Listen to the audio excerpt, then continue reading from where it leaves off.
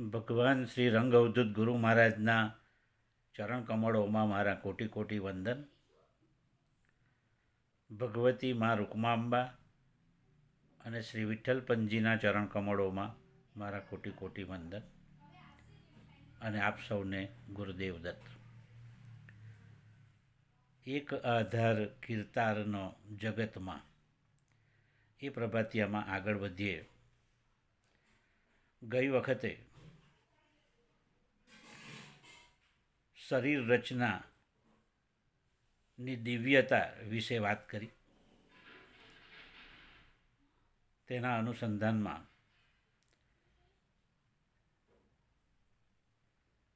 જે પરબ્રહ્મ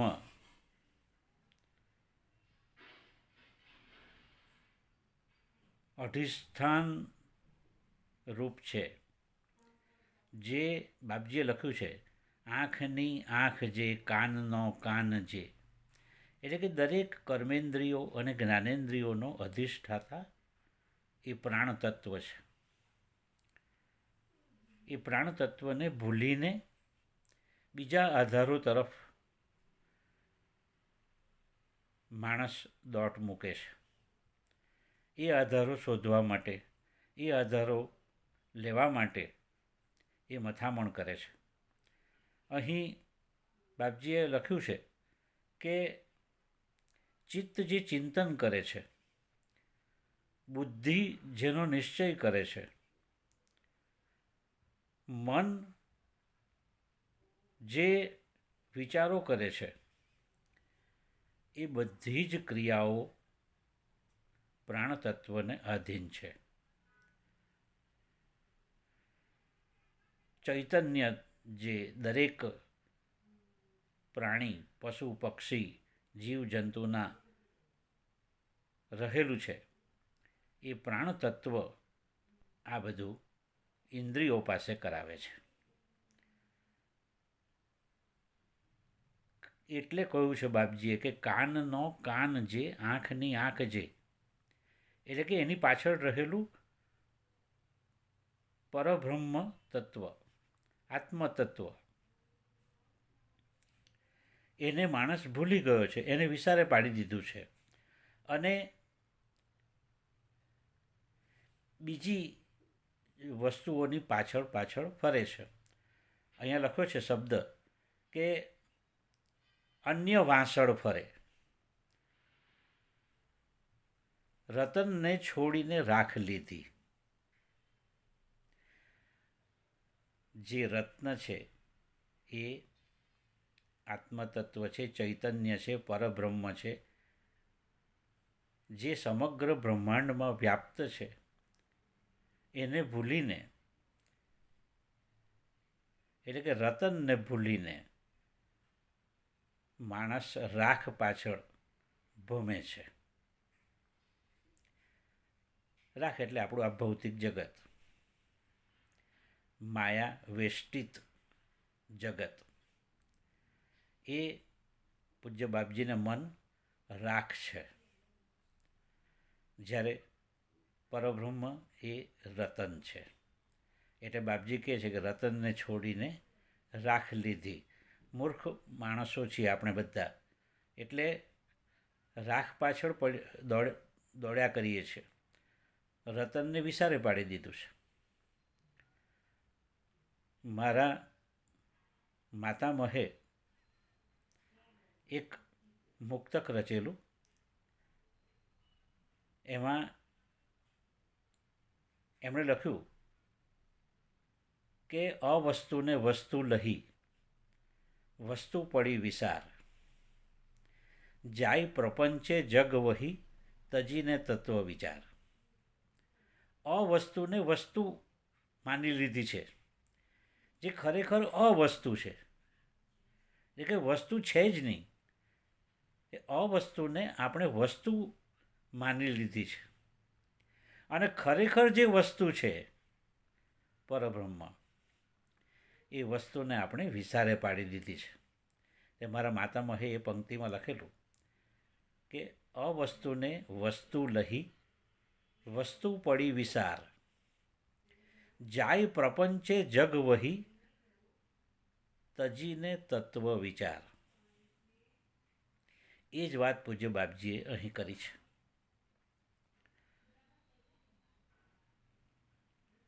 એટલે આવા પરબ્રહ્મને વિચારે પાડીને જીવાત્મા, આગળ લખ્યું છે બાપજીએ કે વિષય કરદમ ચૂથી મોહ જાડું ગૂંથી શીરો મૂકી ગળી વ્યર્થ થૂલી. કેટલું સરસ ઉદાહરણ, કેટલું સરસ રૂપક આપ્યું છે બાપજીએ. વિષય કરદમ, કરદમ એટલે કાદવ. વિષયો રૂપી કાદવમાં માણસ એની અંદર મજા માણી રહ્યો છે, એને ચૂંથી રહ્યો છે. કામવાસના, જાત જાતના ભોગો ભોગવવાની લાલસા, વિષયો, આ વિષયોને બાપજી કરદમ તરીકે, કાદવ તરીકે ઓળખાવે છે. અને જીવાત્મા વિષય કરદમને ચૂંથે છે, વિષયરૂપી કાદવને ચૂંથ્યા કરે છે આખી જિંદગી. મોહનું જાડું રચે છે, આજુબાજુ મોહનું જાડું ગૂંથ્યું છે જીવાત્માએ, આપણે બધાએ. દત્ત પ્રભુના 24 ગુરુઓમાંથી એમણે જે સાર ગ્રહણ કર્યો તેમાં આ બધી વાતો આવે છે, જેની બહુ વિસ્તારમાં ન જઈએ તો બાપજી અહીંયા લખ્યું છે કે શીરો બાજુ પર મૂકી દીધો અને થૂલી, ઘઉંમાંથી પેલી જે થૂલી બને તે માનવીએ પકડી રાખી છે, જીવાત્માએ પકડી રાખી છે. તો આને મૂર્ખતા કહેવાય. વિષય કરદમ ચૂથી મોહ જાડું ગૂંથી શીરો મૂકી ગળી વ્યર્થ થૂલી. શીરો ખાવાનો મૂકીને માણસે થૂલી પકડી છે, થૂલીનું સેવન કર્યું છે અને કરે જાય છે. એટલે એ નરી મૂર્ખતા છે. આગળ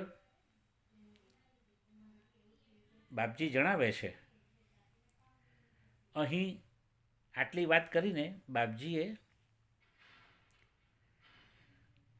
આપણા ધર્મમાં વ્યાપેલા વધારે પડતા બાહ્યાચાર, બાહ્ય કર્મકાંડ, જે માત્ર નામ પૂરતા જ માનવીએ પોતાની રીતે રાખ્યા છે તેની વાત કરી છે. અને પ્રશ્નોની ઝડી વરસાવી છે. શું થયું વેદવાણી બક્યાથી ઘણી, શું થયું શાસ્ત્ર પુરાણ વાંચ્ય, એમ કરીને શરૂઆત કરી છે. સ્નાન, દાન આપવાથી, તીર્થ, મંદિર, પહાણ પૂજવાથી, ખૂબ સરસ જાતને શણગારીને, રૂપ કાઢીને, એકદમ સુંદર બનીને ફરવાથી અને નારને કોળે રમાડી વિષયોપભોગમાં રમમાણ રહીને શું કર્યું, એમ બાપજી જીવાત્માને, આપણને બધાને સોંસરા સવાલો કરે છે. માણસ ફૂટડો થઈને, સુંદર થઈને ફરે, હાથીએ ચડે, ઘોડે ચડે, આ બધી બાહ્ય લીલાઓ છે, બાહ્ય આચારો છે. 3 વખત સ્નાન કરવું દિવસમાં, માળા કરવી, ટીલા ટપકા કરવા, આ બધા બાહ્ય આચાર ઉપર બાપજીએ ચાબુક વીંજી છે એમ કહીએ તો ચાલે. ભાષણો આપવા, દેશ વિદેશમાં ખ્યાતિ મેળવવી, આ બધાનો આખરે શો અર્થ છે એવું બાપજી જણાવે છે. તમે ભાષણ આપો, કવન કરો, કવિતા રચો, ખૂબ સરસ પ્રવચનો આપો, તો એનાથી પરબ્રહ્મની પ્રાપ્તિ થઈ શકે ખરી? ના. નરસિંહ મહેતા લખ્યું છે કે જ્યાં લગી આત્મા તત્વ ચીન્યો નહીં, ત્યાં લગી સાધના સર્વ જૂઠી. તત્વ ચીન્યો નહીં એટલે તત્વને જ્યાં સુધી ઓળખ્યું નથી ત્યાં સુધી બધા જ બાહ્યાચારો, કર્મકાંડો નકામા છે. બાપજી પણ અહીં આવું જ કહે છે. મોટી મોટી જટા રાખવી, કે મુંડન કરાવવું, કે જાત જાતના તિલક છાપા કરવા, વનમાં વાસ કરવો, કે પછી ઉપવાસ કરીને કાયાને સૂકવી દેવી, આ બધું માનવી પણ કરે છે અને કહેવાતા સાધુ સંન્યાસીઓ પણ કરે છે. એના ઉપર બાપજીએ કટાક્ષ કર્યા છે.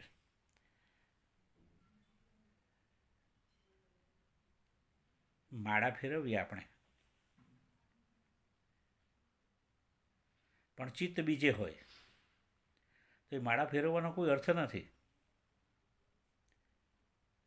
એક બહુ જાણીતો દોહો છે, કોનો છે તે મને ખબર નથી, પણ એમાં લખ્યું છે કે માલા તો કર્મે ફિરે, જીભ ફિરે મુખમાહી, મનવા તો 24 ફિરે, એ સુમિરન નાહી.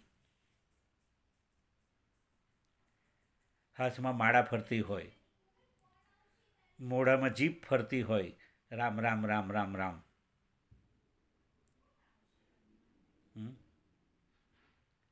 મનવા 24 ફિરે, પણ મન ચારે બાજુ અરે 10 દિશામાં ફરતું હોય,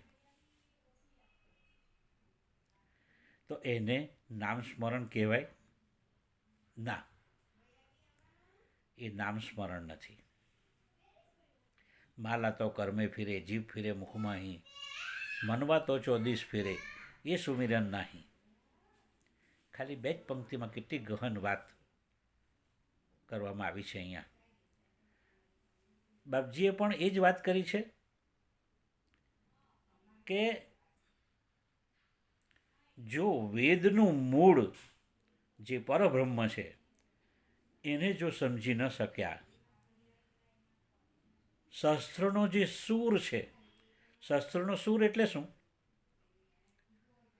બ્રહ્મનો જે અનુભવ છે, એ બ્રહ્મના અનુભવ રૂપી જે પ્રકાશ છે, એ જ જો જેણે ન જોયો હોય, જે શાસ્ત્રનો સૂર છે એને જ ન સાંભળ્યો હોય, ન ઓળખ્યો હોય, તો એવા જીવતરનો કોઈ અર્થ નથી. છેલ્લે બાપજીએ લખ્યું છે કે વ્યર્થ નર શાસ્ત્રના વેદના મૂળને, શાસ્ત્રના સૂરને, જગત કરતારને જો ન જોયો.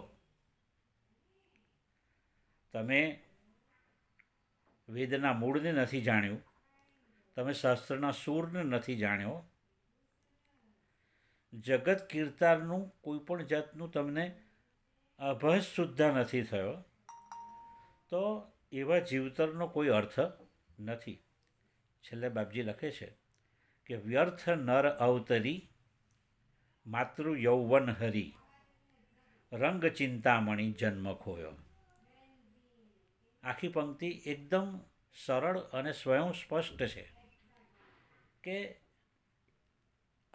આવો અવતાર એળે જાય માણસનો તો વૃથા માતૃ યૌવન હર્યું. જન્મ લઈને માતૃ યૌવન હરી લીધું, પણ એનો કોઈ અર્થ રહ્યો નહીં. રંગ ચિંતામણી જન્મ ખોયો. એટલે જ્યાં લગી પરબ્રહ્મ આત્મ સ્વરૂપ ચૈતન્ય સ્વરૂપનું દર્શન ન થાય, જ્યાં સુધી એની ભાળ ન મળે, ત્યાં સુધી આપણા બધાનું જીવતર નકામું છે. પુનરપી જનનમ પુનરપી મરણમ પુનરપી જનની જઠરે શયનમ. આ પ્રભાતિયામાં પૂજ્ય બાપજીએ આધારની વાત કરી છે, સનાતન શાશ્વત આધારની વાત કરી છે. ફરીથી હું પ્રભાતિયાની ધ્રુવ પંક્તિ દોહરાવું છું કે એક આધાર કીર્તારનો જગતમાં, એ વીણ શૂન્ય શમશાન ઠાલું.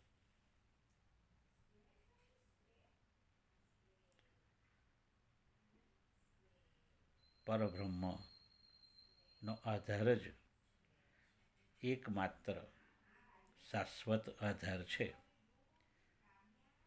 એવું બાપજીએ અહીં આ પ્રભાતિયામાં પ્રતિપાદિત કર્યું છે.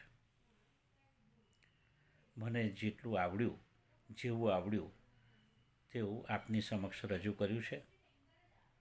કોઈ ક્ષતિ થઈ હોય તો પૂજ્ય બાપજીની માફી માંગુ છું, અને આપ સૌને ગુરુદેવ દત્ત કહીને મારી વાણીને વિરામ આપું છું. સૌને ગુરુદેવ દત્ત.